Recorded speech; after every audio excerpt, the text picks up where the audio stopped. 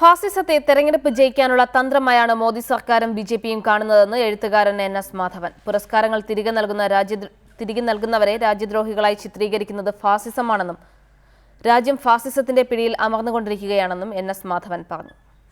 നിലവിലെ സാമൂഹ്യ സാഹചര്യങ്ങളിൽ പ്രതിഷേധിച്ച് പുരസ്കാരങ്ങൾ തിരികെ നൽകുന്നത് ഇന്ത്യയിൽ പുതിയ സംഭവമല്ല.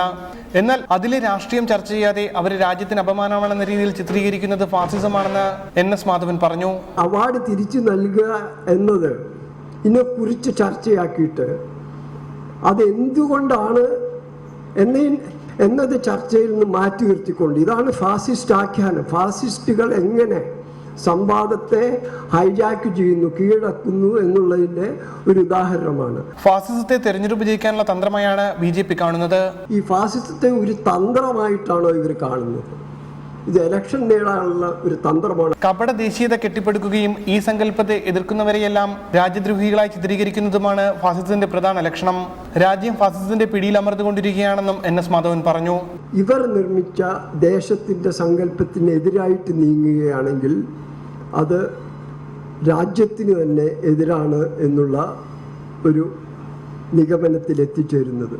ഇതാണ് ഫാസിസത്തിന്റെ ഏറ്റവും മുഖ്യമായ ലക്ഷണം. സച്ചിദാനന്ദൻ എഡിറ്ററായ ഇന്ത്യ ഫാസിസത്തിലേക്ക് C. രവിചന്ദ്രന്റെ ബീഫും ബിലീഫും എന്നീ പുസ്തകങ്ങളുടെ പ്രകാശനം നിർവഹിച്ച് സംസാരിക്കുകയായിരുന്നു NS മാധവൻ.